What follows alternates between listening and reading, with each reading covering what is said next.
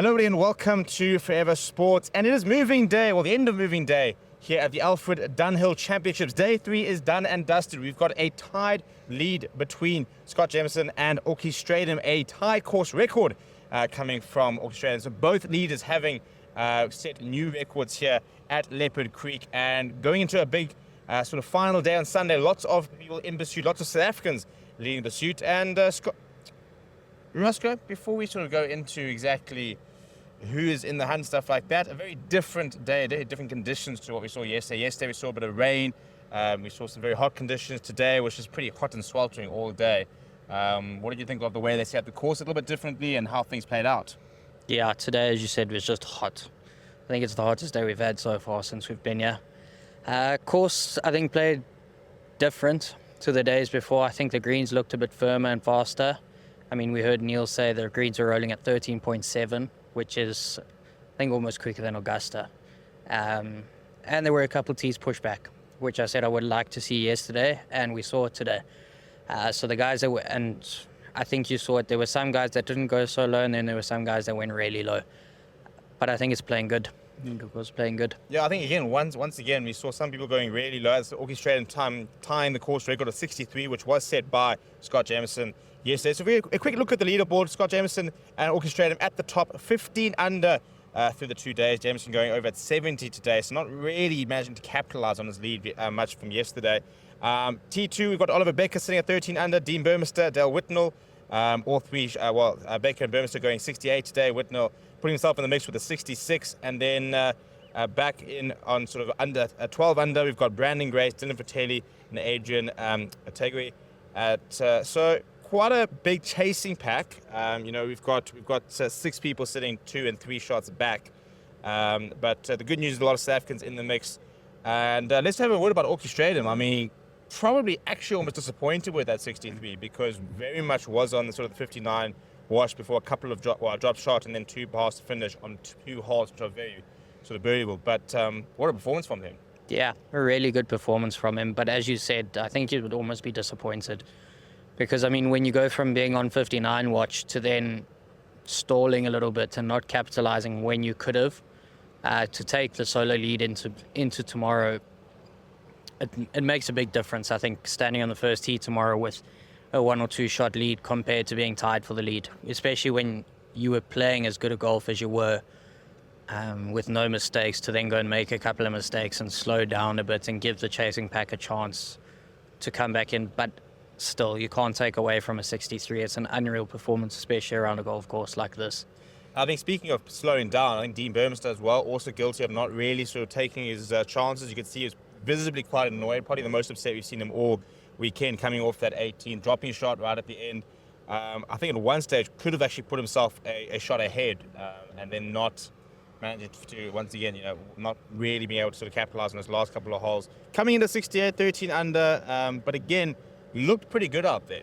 Yeah, looked good out there. And then, as you said, 18 would have been, I think, very disappointing for him, because yesterday, the day before, I mean, he had a 400-yard drive down that fairway and had gap wedge in.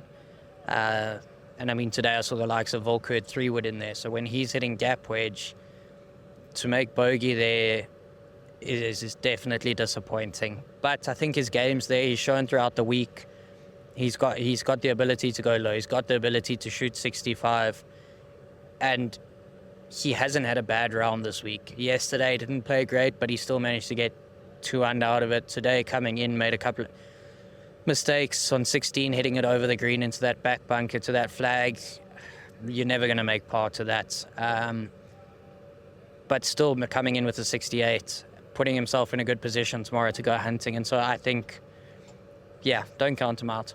His consistency's been really good this week. Yeah, and I think something I want to talk about is Burmester and Otegui, the only 2 players still within the top 100 on the official golf rankings. And what's quite interesting is Scott Jameson, Strydom. Jameson sitting at 308, whilst Strydom at 384.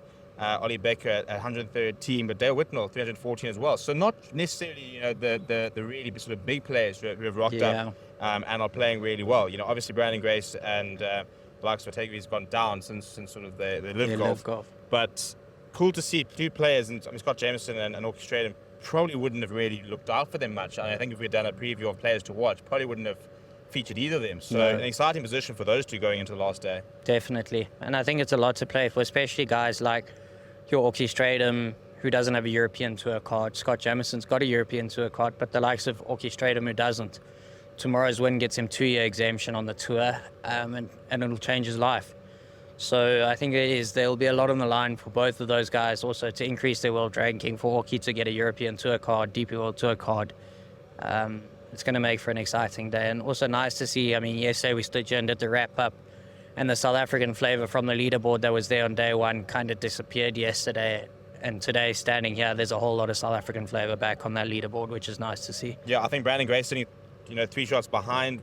Very much watch out for him. He's won this, as well as the links, the only player to do so. So gives himself a really good chance of going out there. But I think Strydom, we're having a lot of talk in the media centre today, and the fact that he's only won one event. I think it was 16 official tied seconds. Seconds that he's gotten on the Sunshine Tour, and like 25 or something, top 10 something, but just can't find 46 that, top 46 10s. top 10s. There we go. But can't find that sort of elusive second victory. Yeah. I think. What do you think it is? What do you think he needs to be doing tomorrow to just be able to really give him a chance of going all the way this weekend? I think tomorrow he's got to stick to his game plan. He's been in the position before. I mean, if you think about having 16 second places, you've been in and around fighting for wins, fighting at the top of leaderboards.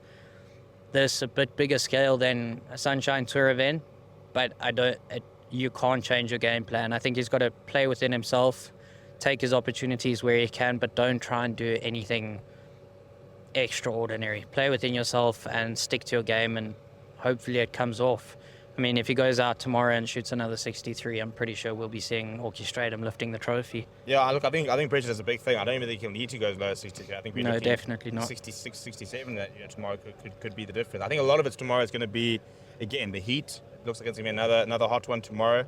I do think, obviously, pressure does a lot, which is where, you think your likes of a Burmester, a Brandon Gray's coming in, your Fratellis, they've been there before. Yeah. But I think 67 might be quite low tomorrow, because with the system they've got, being able to dry the greens out and firmen them up, they could do that overnight, and in which case you're probably looking at 69. You've done really well, and you could probably win with a 69. We walked around a couple of the holes, and you can basically have a guess of where we're going to see those pins tomorrow, and they're not going to be fun. They're going to be very difficult to attack, especially at AT, for example. We're expecting it back right up against the water there. I think we'll also see back left on the 9th, for example. So I think they'll bring a lot of the water in play, and make it really difficult. So that is the situation over here at Leopard Creek. Strydom with a very impressive 63.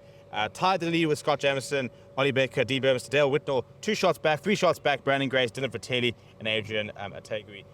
We'll see you guys tomorrow for exactly what will happen. Hopefully we'll have a South African winner. Hopefully we'll see Strydom being a first-time winner on the European Tour, trying to grab that opportunity, put himself up there in the mix, and try and kick on from then. Please do smash like on the video. Please do subscribe to the channel as well if you are new.